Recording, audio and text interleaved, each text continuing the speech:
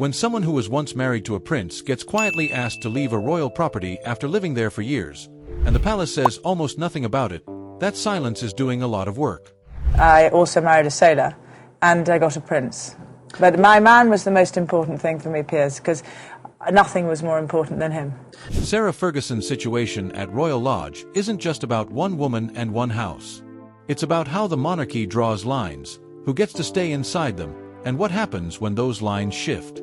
Let me walk you through what actually happened here, what the palace did and didn't say, and what this tells us about how the institution operates in 2025.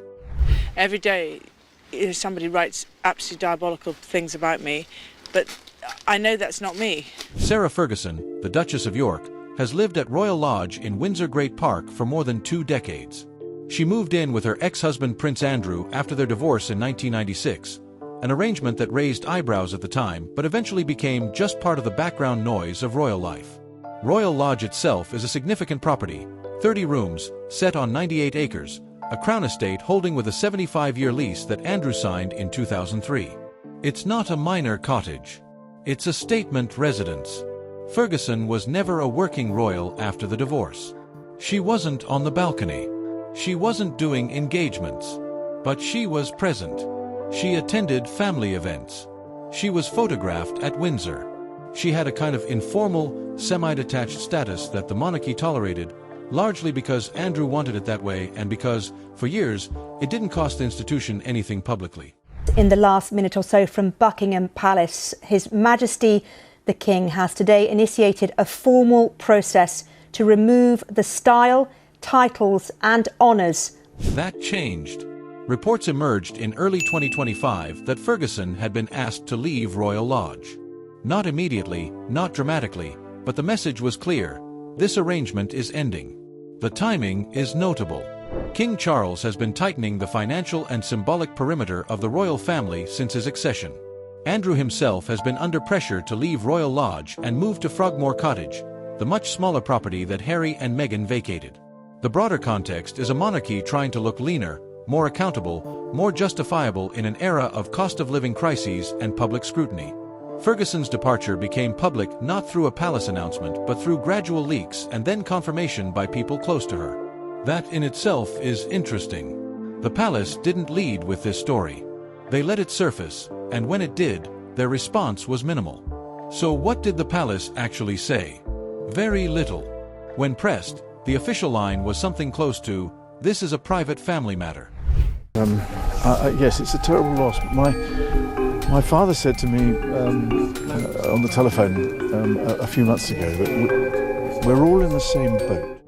That phrase is one of the monarchy's most reliable tools. It's not hostile. It's not defensive. It's a door closing quietly but firmly. It signals that no further explanation will be given, and that the institution does not consider itself obligated to justify decisions about who lives where. There was no statement of gratitude for Ferguson's years of, what, exactly? Proximity. There was no acknowledgement of her role as a mother to Princesses Beatrice and Eugenie, both of whom are still very much part of the family. There was no attempt to soften the message. The tone was formal, distant, and final. It said, "This is not a negotiation, and we are not going to dress it up."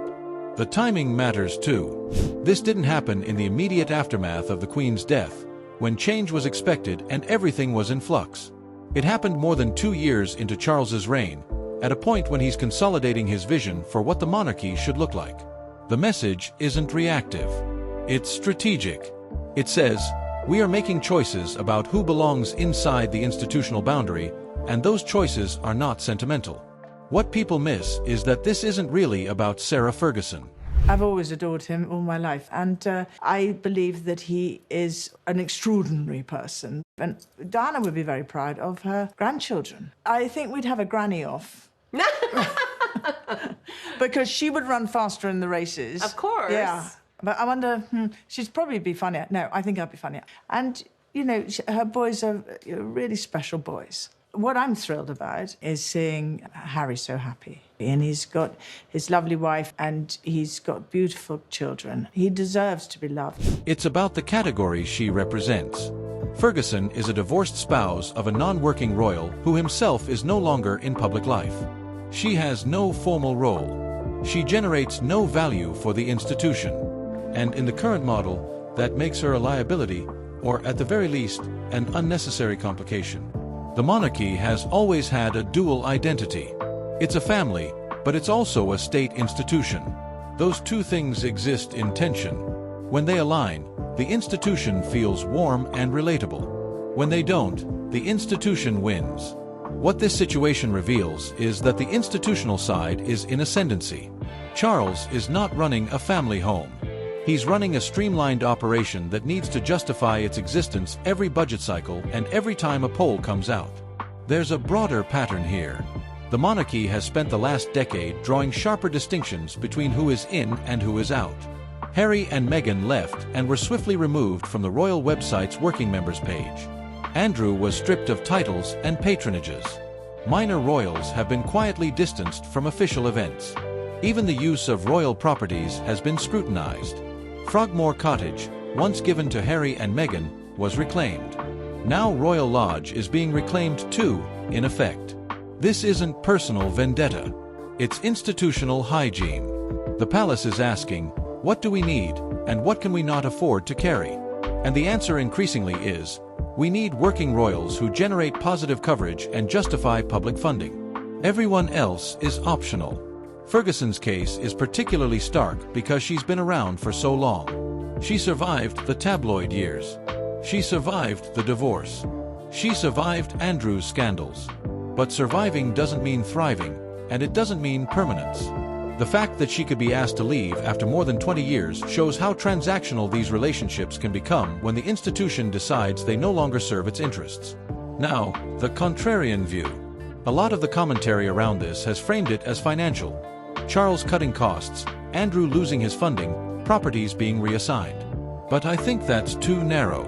The real driver here isn't money. It's narrative control. The monarchy right now is trying to tell a story about itself. Modern, accountable, focused, efficient. Every person who lives in a royal property is part of that story. And Ferguson, through no particular fault of her own, doesn't fit the narrative. She's a reminder of messiness, of scandals, of a looser, more chaotic era. Charles doesn't want reminders. He wants clarity. This is about managing perception at a time when the institution is more vulnerable than it's been in decades. The crown can't afford ambiguity about who represents it and who's just adjacent to it. Ferguson living at Royal Lodge created ambiguity. Was she royal or not? Was she family or not? The answer, clearly, is not in the way that matters institutionally. Every day somebody writes,